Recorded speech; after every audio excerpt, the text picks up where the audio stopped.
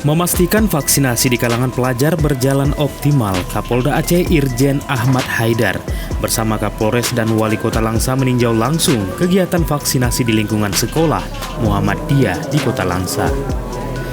Pelaksanaan vaksinasi menyasar seluruh siswa untuk vaksinasi dosis pertama maupun dosis kedua. Selain siswa, orang tua siswa yang belum mendapatkan vaksinasi juga ikut divaksin.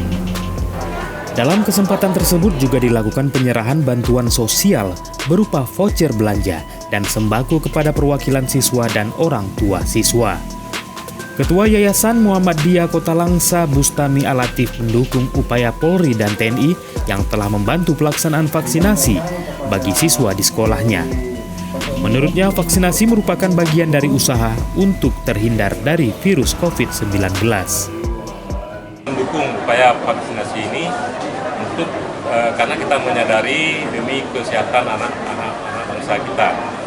Nah, selain itu kita juga berusaha mencegah hoak yang berkaitan dengan dampak dari vaksinasi yang disebarkan oleh mereka-mereka yang menurut kami tidak bertanggung jawab. Akhirnya akan merugikan bangsa kita sendiri.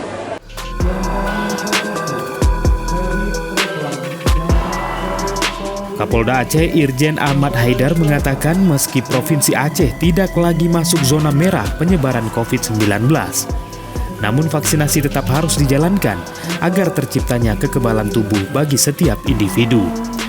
Kapolda meminta kepada masyarakat yang belum divaksin agar segera melakukan vaksinasi di gerai-gerai vaksinasi yang telah disediakan oleh TNI dan Polri.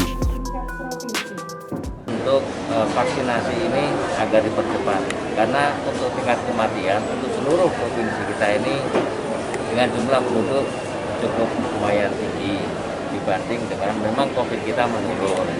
Apalagi sekarang zona merah kita juga sudah tidak ada, tapi vaksinasi tetap harus kita gelar. Kapolda juga mengharapkan dukungan seluruh lapisan masyarakat untuk bersatu dan saling mendukung dalam percepatan vaksinasi di Provinsi Aceh, karena vaksinasi merupakan bagian dari ikhtiar bersama untuk keluar dari wabah penyakit COVID-19. Dari Langsa, Tim Liputan Aceh Video.